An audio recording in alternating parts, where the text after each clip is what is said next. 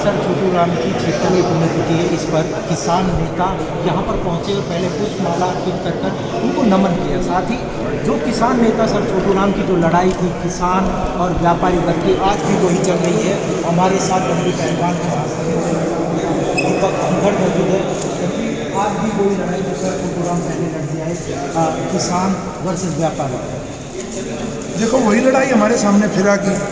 ये 1907 में सरदार अजीत सिंह, सरदार किशन सिंह, भगत सिंह के चाचा और पिताजी ने मुहिम छेड़ी थी और ये नारा दिया था पगड़ी संभाल जट्टा। वही टाइम फिर आ गया और इसमें बहुत बढ़ चढ़ के मदद सर छोटू राम ने की थी। 1907 में तब वो वकील थे तो उन्होंने उस टाइम पे भी लोगों को कही थी हम एक दाना नहीं देंगे, अपनी खड़ी फसलों में आग लगा देंगे। तो बहुत लंबे टाइम ये संघर्ष चला था, ये 8 से 9 महीने तक ये संघर्ष चला था, 1906 से 7 तक। तो इसमें बहुत बड़ी भागीदारी सर छोटू राम की थी और उनके सभी किसान वर्ग की थी। तो वही 3 काले कानून फिर से हमारे सामने हैं और वही नारा हमने अब फिर बुलंद करना है, पगड़ी संभाल जट्टा, जो 1906 और 7 में था, सरदार भाइयों ने दिया था 1906 और 7 में। वही महाराजा रणजीत सिंह की सेना, वही सर छोटू राम की सेना, वही हरियाणा पंजाब की संयुक्त लड़ाई है। पंजाब हमारा बड़ा भाई यहाँ पे आया तो उनका हमने बड़ा मान सम्मान रखा है और उनका आगे भी उनको आगे करके हम ये लड़ाई लड़ रहे हैं। महाराजा रणजीत सिंह और सर छोटू राम की सेना ये लड़ रही है, महाराजा रणजीत सिंह के वंशज और सर छोटू राम के वंशज ये लड़ाई लड़ रहे हैं। और वही सब सरदार अजीत सिंह के दिखाए हुए रास्ते पर सरदार किशन सिंह के, जो भगत सिंह के पिताजी और चाचाजी थे, जो उन्होंने नारा दिया था पगड़ी संभाल जट्टा, तो वही नारा अब हमने फिर दे दिया, पगड़ी संभाल जट्टा। तो हम ये तीनों काले कानून रद्द करवा के तब सांस लेंगे, तब तक अन्यथा हम चुप बैठने वाले नहीं। तब भी आंदोलन 8 से 9 महीने चला था, अभी तो इसको 2 महीने हुए, कोई बड़ी बात नहीं हमारे लिए। किसान संघर्ष करना जानता है, किसान खेत में गन्ना बोता है तो गन्ने का टाइम पूरा 1 साल का होता है। गन्ने की फसल का आपको मैं बता दूं 1 साल में गन्ना तैयार होता है। यहाँ पे हरियाणा में जो मिलों में है वो पेमेंट मिल जाती है 6 महीने में, 7 महीने में, तो 1.5 साल से ऊपर तो ये वक्त हो गया। यूपी वाले जो हमारे भाई हैं उनको पेमेंट 1-1.5 साल बाद मिलती है। तो 2-2.5 साल जब किसान फसल बोके इंतजार कर सकता है तो वो यहाँ क्यों नहीं इंतजार कर सकता। अभी हमारे पास पूरा टाइम है। ये सोच रही किसान थक जाएगा, किसान थकने वाला नहीं होता। किसान के घर में जब बछड़ा पैदा होता है तो उसी दिन से उसकी बैल बनाने की तैयारी हो जाती है और किसान उसका पूरा 4 साल इंतजार करता है। तो किसान कभी थकने वाला नहीं होता। और जब किसान के घर में बछड़ी पैदा होती है गाय से तो दूध पीने के लिए पूरा 3 साल इंतजार करता है, वो दूध देने लायक पूरी 3 साल में होती है। तो किसान को इतना सब्र होता है इंतजार करने का। किसान फसल बोता, जैसे बाजरा बो देते थे पहले, तो वैसे फसल मारी वैसे हो जाती थी, बारिश नहीं होती थी। आज फसल मारी हमारी पानी की उससे भी हो जाती, कई बार पानी ज़्यादा आ जाए फसल में। तो हमारे जैसे घर में बाजरा हुआ, जिस खेत में 50 मन बाजरा होना था उसमें 2 मन बाजरा हुआ। तो हमारे ये जैसे बुजुर्ग है मेरे साथ, हमारे बूढ़े, तो ये कहते थे ओह कोई बात नहीं, खुश हो गए, बच्चों का मन नहीं टूटना चाहिए, चलो खान दो का तो हो गया। तो उसमें भी किसान सब्र करता है, खर्चा बहुत ज़्यादा लग रहा है लेकिन 2 मन पे भी चलो खाने के लायक तो हुआ। तो किसान में बहुत पेशेंस है। ये लोग मान रहे पेशेंस नहीं, किसान में बहुत पेशेंस है। छोटू राम, क्या लगता है कि लोगों में वो जन जागृति पैदा होगी जो सर छोटू राम करना चाहते थे लोगों के अंदर, क्योंकि वो कहीं ना कहीं व्यापारियों का भी सपोर्ट करते थे तो किसानों का भी सपोर्ट करते थे। क्या लगता है कि वो चीज़ें हो पाएंगी? देखो हमने ये मुहिम छेड़ दी, मैंने सभी धरनों पर सर छोटू राम की मतलब वो फोटो लगवा दी, प्रतिमा। वहाँ पे जो भी बोलेगा सर छोटू राम पे पुष्प अर्पित करके अपना भाषण स्टार्ट करे। जैसे डासा बॉर्डर पे मैंने शुरुआत करी, मकड़ोली टोल से पे शुरुआत की, कतलाना शुरुआत की, 82-84 में गुड़गांव में, और जैसे कल सोनीपत से, हर जगह से हमने हर जगह ये सबको ये बताया और सबने ये हमारी बात फॉलो कर ली। आप ये देखो सबने फॉलो कर ली और स्टार्टिंग में चले आज हजारों किसान भाई मेरे साथ हैं, सभी संघर्ष में साथ हैं। ये भी बढ़ चढ़कर काम कर रहे हैं, मैं अकेला काम नहीं कर रहा। ये देखो मेरे भाई, आप अपनी कैमरे के माध्यम से सभी को दिखाओ, ये सभी बढ़ चढ़ के काम कर रहे हैं, सभी छोटू राम बन के अपना काम कर रहे हैं। तो ये मुहिम तो बहुत आगे जाएगी। मुहिम छेड़े हमारे को जो टाइम है उसके हिसाब से बहुत बड़ा रिस्पॉन्स हमारे को मिल रहा है। तो घर घर छोटू राम, हर किसान छोटू राम बन के ये काम करेगा। और सरकार को ये मैसेज देना चाहूँगा मैं, पहले भी आंदोलन 7 महीने ना 8 से 9 महीने के करीब चला था, तो किसान थकने वाला नहीं है।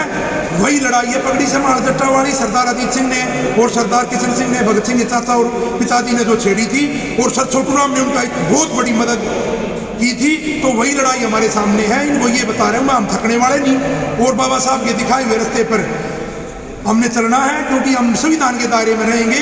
और कोई उपद्रव, अगर सरकार हमारे बीच में किसी आदमी से उपद्रव कराएगी तो हम उसी को सौंप देंगे। हम उपद्रव वाले के साथ नहीं, बिल्कुल साथ नहीं देंगे। उपद्रव वाला से हमारे बीच का आदमी हम सौंप देंगे, हम नहीं रखेंगे। क्यों? सरकार अपने अनेकों हथकंडे अपनाएगी, हमने उपद्रव करना नहीं उपद्रव करने वाले का साथ देना और अपनी मांगे मंगवानी, शांतिप्रिय तरीके से अपनी मांगे मनवानी है। और 26 जनवरी के लिए हमने सभी भाइयों को बोल रखा है, सभी शांति प्रिय चलेंगे, सभी अपने कृषि के यंत्र लेके वहाँ चलेंगे और हमने शांति प्रिय तरीके से ना, सरकार हमारा कुछ करो, हमारे ऊपर बिल्डोजर चढ़ाओ, पानी मारो, कुछ भी करो, तो हम अपनी बलि देने के लिए भी तैयार, अगर सरकार हमारे ऊपर चलना चाहे तो। अन्यथा हम सरकार की एक भी चीज़ को हाथ नहीं लगाएंगे। और सभी भाइयों को मैं यहाँ से मैसेज देना चाहता हूँ, सरकारी किसी चीज़ को हाथ नहीं लगाना है। नहीं, सरकार का कोई नुकसान नहीं होगा, जो इस देश में नुकसान होगा वो हमारा होगा, क्योंकि हम अन्नदाता हैं, हम ही देश का पेट भरने का काम करते हैं, हम ही देश को हमारे बच्चे देश की रक्षा करने का काम करते हैं, तो हम ही देश की रक्षा करने का काम कर रहे हैं और हम ही देश का पेट भरने का काम कर रहे हैं। सबसे बड़ी जिम्मेवारी देश के प्रति हमारी है, देश हमारा है, ना कि किसी सरकार वालों का, ना बीजेपी वालों का, ना संघ वालों का, ना किसी का नहीं है। ये देश हमारा है, हमारा कर्तव्य बनता है इस देश में छोटा सा भी नुकसान नहीं पहुंचाएंगे।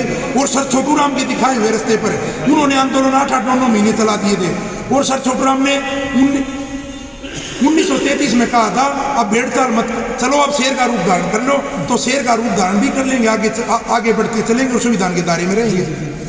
दीपक 76 साल में क्या व्यवस्थाएं बदली है? सरकार आज भी वही व्यापारी वर्ग से लड़ाई कर रही है, किसान आज भी वहीं पर दबा कुचला महसूस, ऐसे क्यों है? क्या कमियां हैं?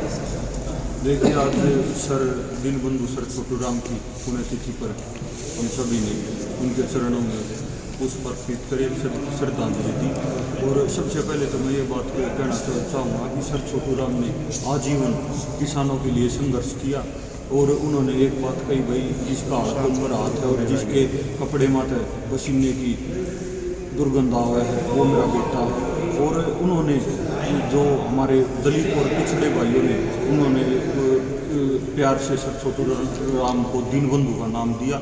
और उन्होंने एक बात और कही कि भाई जो हमारा गांव का क्षेत्र है वो अकेले कृषि से आगे नहीं बढ़ेगा, उसमें छोटे छोटे व्यापारों की भी ज़रूरत है, तो व्यापारों को भी बढ़ावा देने वाले सर छोटू राम थे। तो हर एक वर्ग के सर छोटू राम थे, हर एक समाज के छोटू राम थे।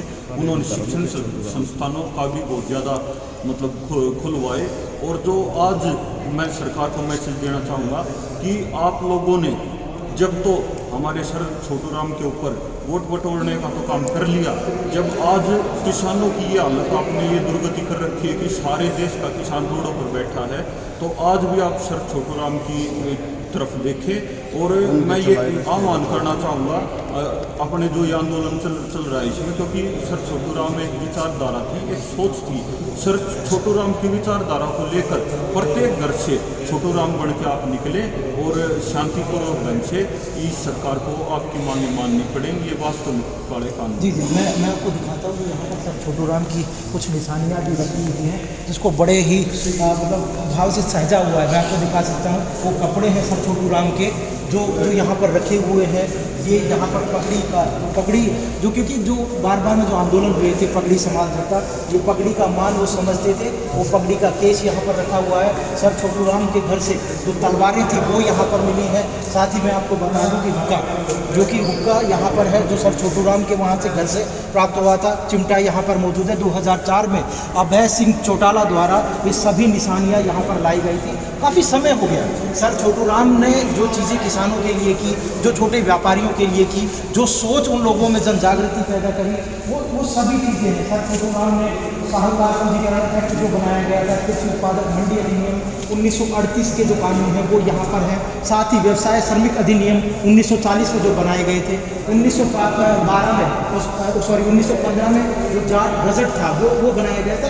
ये सभी नियम उन्होंने बढ़ चढ़ कर ये जो भाग लिया है। जो मुद्दा यहाँ पर जो उनकी जो निशानी है वो यहाँ पर दिखाई गई है। जो चेयर थी वो यहाँ पर है और अलग अलग जो चीज़ें हैं उनकी तस्वीरें हैं। जो पार्टी बनाई थी वो मतलब हर वो छोटी छोटी चीज़ें, हर वो छोटी छोटी चीज़ें हैं जो यहाँ पर बड़े ही सहज भाव से उकेरी गई है। जहाँ से जहाँ तक जाए सर छोटू राम का यहाँ पर घर है, जो पुराना घर था लाहौर स्थित, वो दिखाया गया है। चाहे वो जो हर जो छोटी चीज़ें हैं वो मैं दिखा सकता हूँ। सर फजल हुसैन जिनके साथ उन्होंने पार्टी बनाई थी वो मुख्यमंत्री थे, और सर छोटू राम वहाँ पर मंत्री थे। साथ ही अलग अलग नियम, अलग अलग एक्ट के तहत हर वो ये नहीं थे कि किसानों के हितैषी थे, वो व्यापारियों के भी हितैषी थे। वो जमाखोरों के खिलाफ जो आज लड़ाई किसान लड़ रहा है, उन जमाखोरों के खिलाफ उन्होंने बिल्कुल फूका था कि जमाखोरी ना करी जाए, क्योंकि जमाखोरी करेंगे तो जो दलित और दबे जो लोग हैं उनको वो चीज़ें कहीं ना कहीं हाई रेट में मिलेगी। आज वो फिर से वही नियम दोबारा से सरकार थोपने जा रही है, और उसके खिलाफ ही पिछले 2 महीने से जो सड़क पर किसान बैठे हैं। केंद्र सरकार लगातार 9 स्तर की वार्ता कर चुकी है, लेकिन पूरी तरह विफल रही है। अब 10वें दौर की 15 तारीख को है। मैं आपको बता दूं, दूसरी मैं आपको बता दूं कि 15 तारीख को जो वार्तालाप होनी है, क्या लगता है, उससे उम्मीदें हैं कि जो 15 तारीख को जो वार्तालाप होगी उसमें आप लोगों की कोई चीज़ें निकल के आएगी?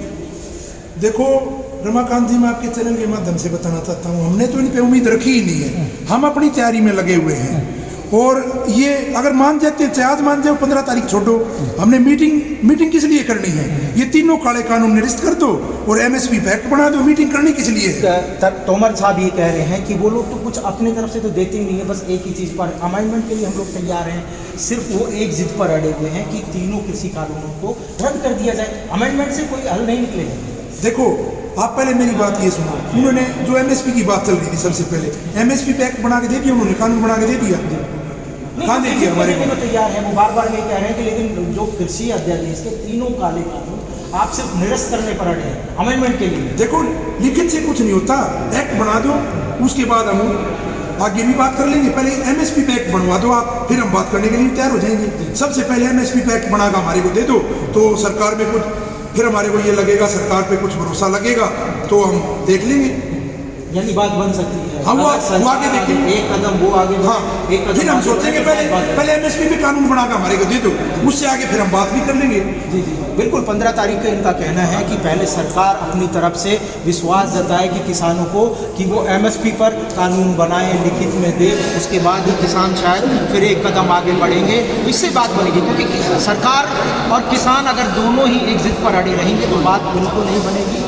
और आज उनकी पुण्यतिथि है, उनको याद किया गया, उनको नमन किया गया। सर छोटू राम एक विचारधारा है, उस विचारधारा को घर घर में उकेरने की ज़रूरत है, घर घर ले जाने की ज़रूरत है। क्योंकि चौई साहब ने जो चीज़ें की वो एक किसान के लिए नहीं, मेरे वर्ग के लिए भी वो हमेशा लड़ते रहे।